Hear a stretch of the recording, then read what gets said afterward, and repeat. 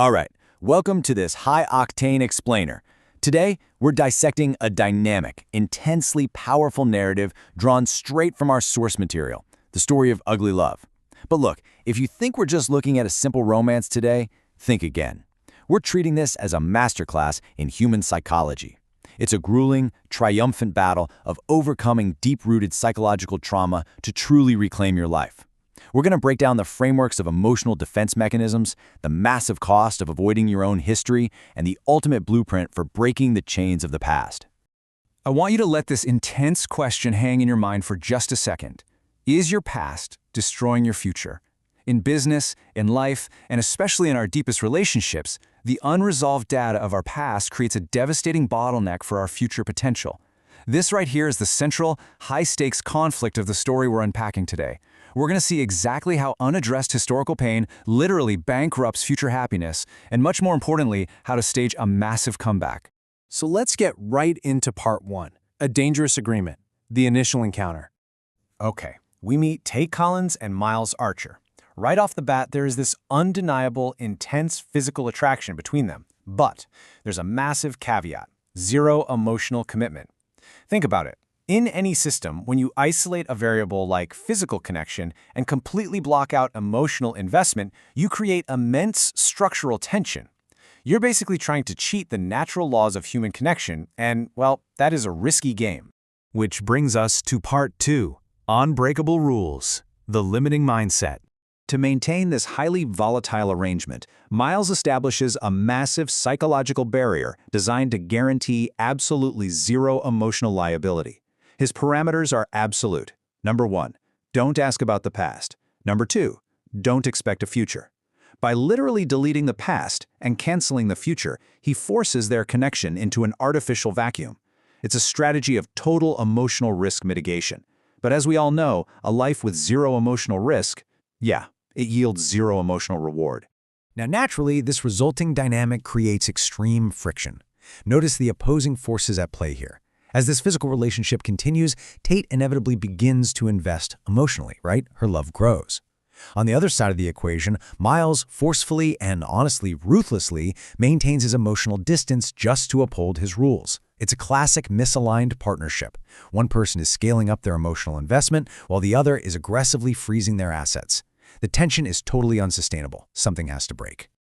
Now for part three, dark shadows, uncovering the core wound. To really understand this emotional lockdown, we've got to audit the history. Follow this timeline with me. Years ago, Miles was not this closed-off fortress. He loved a girl named Rachel. He projected and envisioned this bright, limitless future with her. But then we hit the critical turning point. A catastrophic, devastating incident that shattered absolutely everything. This single event completely dismantled his life, leaving him paralyzed by deep grief and immense, crushing guilt. It completely rewired his baseline operating system. And that brings us to this stark reality. Years later, the guy is still bleeding from these hidden wounds. He's fundamentally paralyzed by the fear of getting hurt again. You see, when a trauma is that severe, the brain's overriding priority just becomes survival. And survival for him means entirely shutting down the capacity for vulnerability. He is absolutely terrified to let anyone, even someone as incredible as Tate, near his heart again. His entire defensive strategy is built around avoiding a repeat of that historical pain. Moving into part four, facing the pain, the breaking point. Tate continuously suffers from his icy distance, yet she exhibits incredible resilience. But the system is overloading, and Miles is finally forced to confront this exact question. Can you truly live if running from pain robs you of true love? He goes through a massive paradigm shift here. He realizes that playing not to lose is very, very different from playing to win. Evading his pain isn't a shield protecting him anymore. It's a prison, and it's actively depriving him of life, of growth, and of real love. This initiates the breakthrough, and it starts right here with a heavy, uncompromising acknowledgement of his unresolved trauma. Look, you cannot defeat an enemy you refuse to name. For the first time, Miles stops running. He turns around and looks directly at the raw, unedited truth of his past pain. This is always step one of any meaningful transformation.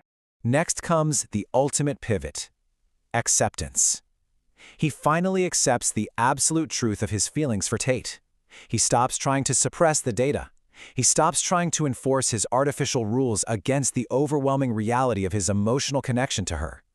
Acceptance is where the healing actually begins to take root. And this brilliantly illustrates the resulting freedom. By facing the trauma and accepting the truth, he shatters his own unbreakable rules.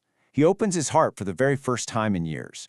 This is the return on investment for doing the hard, painful psychological work. Freedom from the past, freedom to actually experience the present.